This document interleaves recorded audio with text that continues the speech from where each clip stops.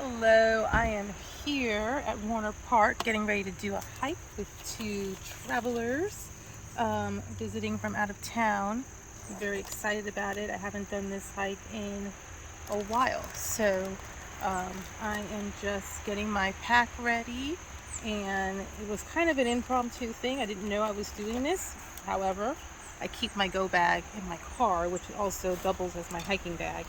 And so I've got it all ready to go, and we're gonna do this hike, and it's gonna be fun. It's gonna be fun.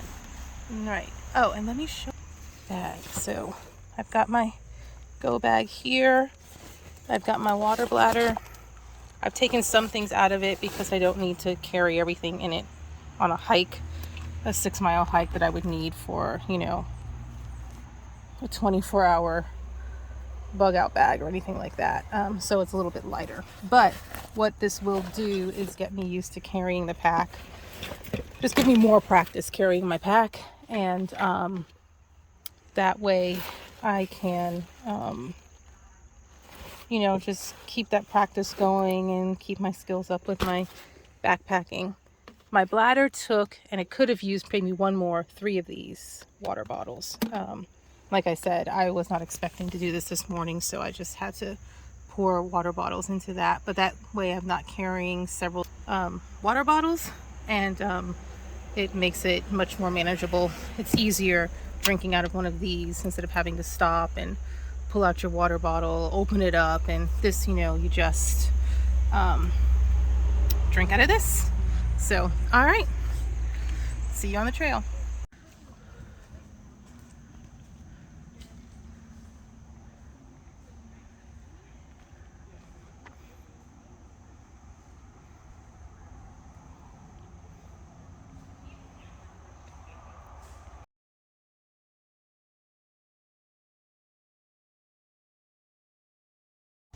Dying a little bit. Just a little bit. We can take a break. It's this first part of the trail is so subtle because you're just going up, up, up. Subtle. What? Subtle? Well, what I mean by subtle is your body feels it, but your eyes don't see it. So you can't really tell oh, this is gonna be a hike. Yeah.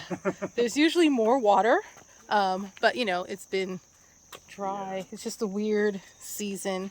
So in the late fall, winter, and early spring, and the water is so cold.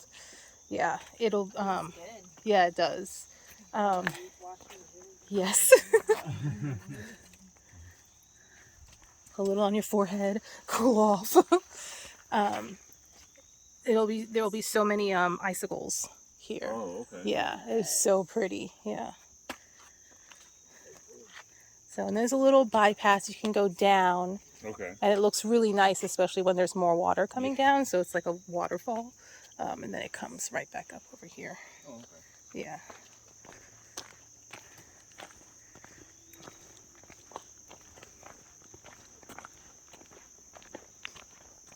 And then we will begin another incline.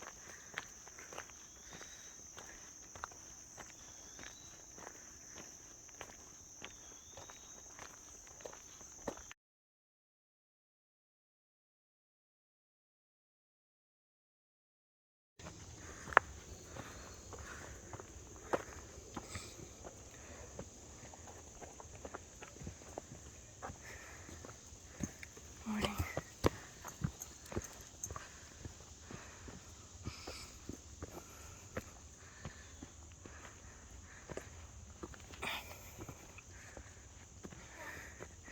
So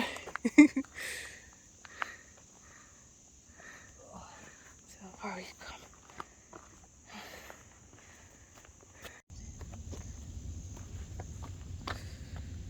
You can sit there.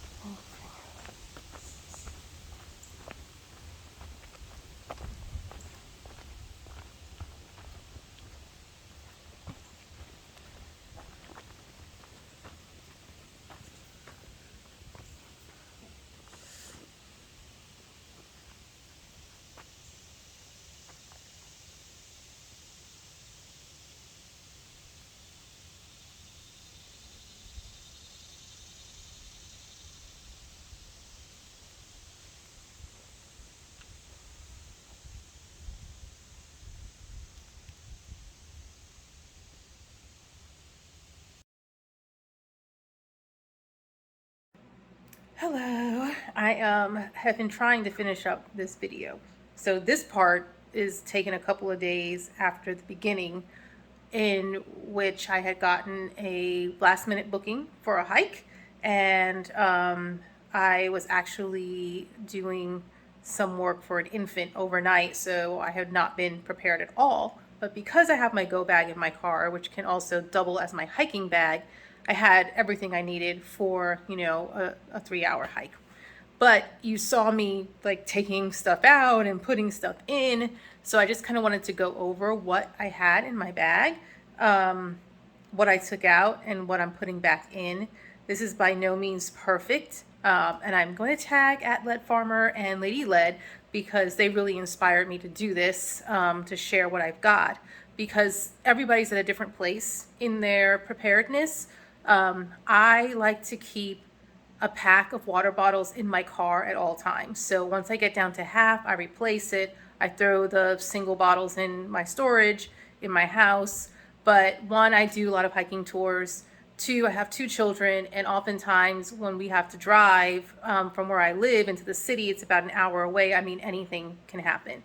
So, and then oftentimes I go hiking, and we just need water. So I always have water with me, which was great. So I was able to fill up my water bladder with water bottles that I had in the car. But then I took some stuff out because I was just hiking. I don't really need it on a hike, but I will show you what I keep basically in my car in case of an emergency that can go into a backpack,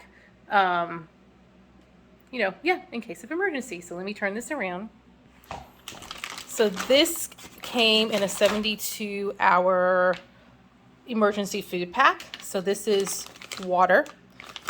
I have my really bright flashlight.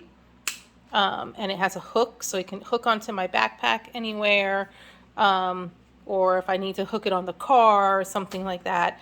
I do not have any car skills, really, so I'm going to have to work on that. And then this. This is carbon filtered, air filter face mask. So I did the half mask because that's what I could afford right now. And then it comes with goggles and earplugs, which are inside the bag.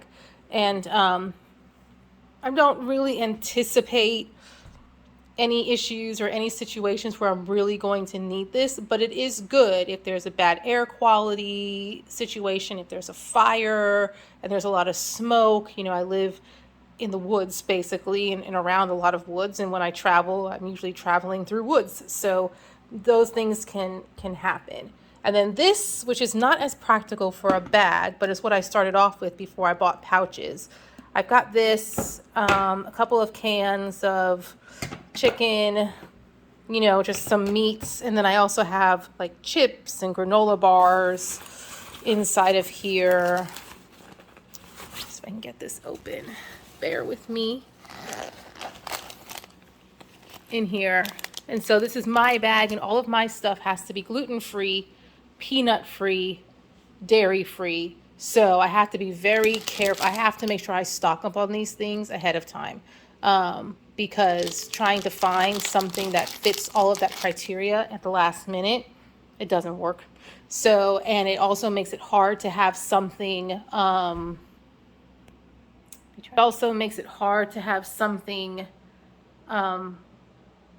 non-perishable, because a lot of non-perishable items, especially if it's like something that has a lot of protein in it, comes with peanuts. I'm allergic to peanuts. Or it has dairy. I'm allergic to dairy. And it has to be gluten-free. And I can have gluten, but it's really, really not good for me. I am very sensitive to it. So just kind of thinking about those things ahead of time, knowing what it is that you need to survive in your bag, that's what needs to go inside of it. I have my water bladder, which I'm really, really happy with.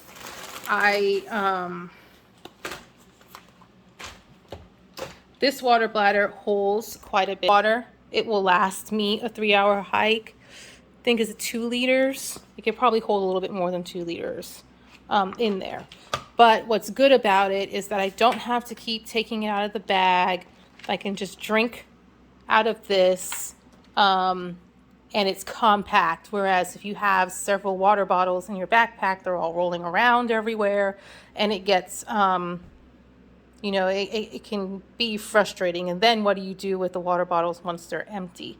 I also have my life straw inside my bag, and just, you know, a few first aid kit things.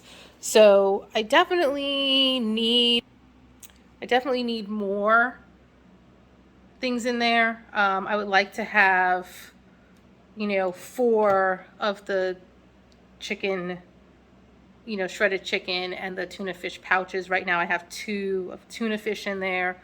That kind of thing. Some more granola bars, just in snacks inside the bag.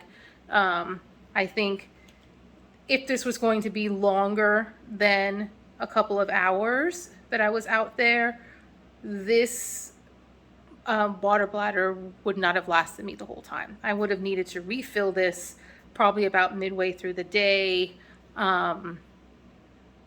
Yeah, so maybe 2 of those would be good if you're looking for something that's going to last you overnight, or having the emergency water thingies.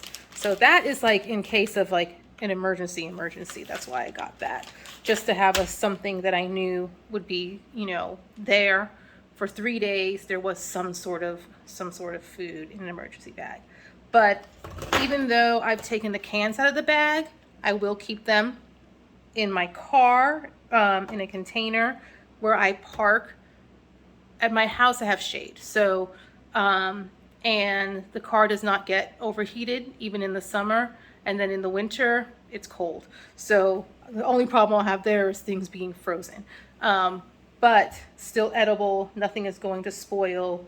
But because I go a lot of places in my car with my children, it makes sense for me to have a, you know, a little tote with food in it, water. I also keep a couple of blankets in my car, flashlights, an aluminum bat, and some other tools, and you know, when it's appropriate. So I also have, let me see, I have it here. Yep, I've got my belt, because, you know, they really don't make women's clothes with belt loops. I mean, you do, but you can't really fit them on there. And then my favorite hiking shorts have no belt loops. So I have a belt that I can put on.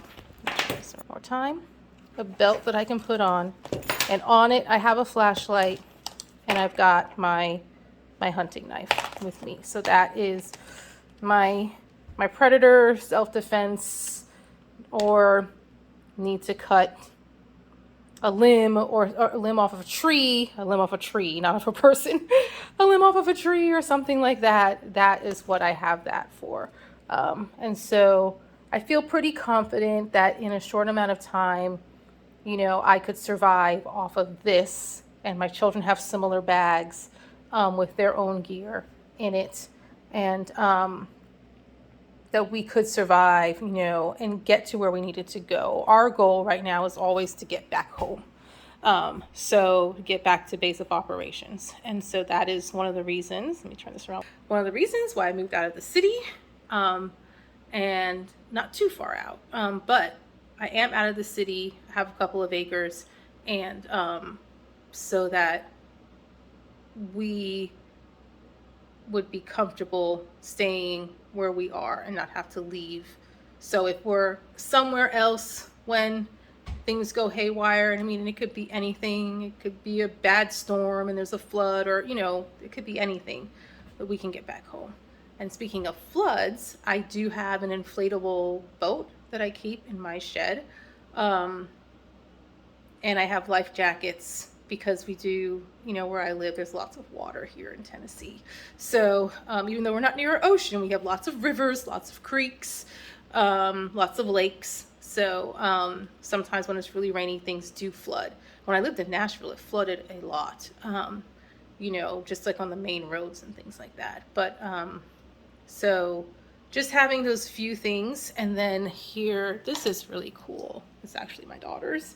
But we all need to get one. It's one of those survival bracelets that once it's rope, so you can take it apart and use it to tie things. And then the other cool thing about my backpack is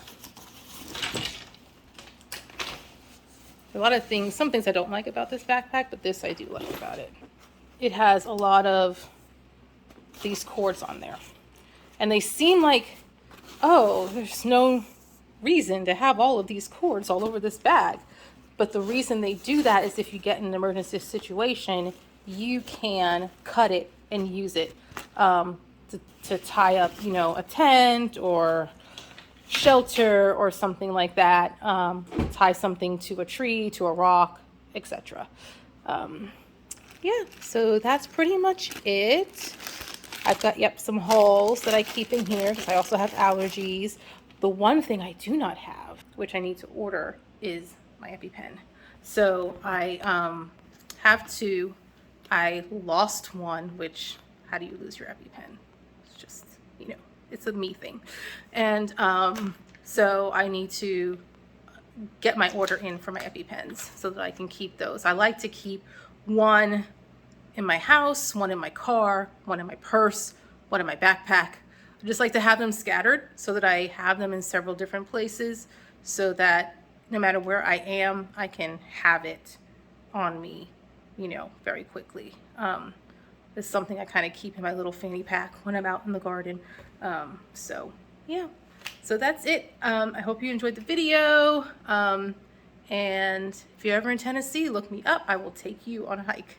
All right, bye guys. Have a great day.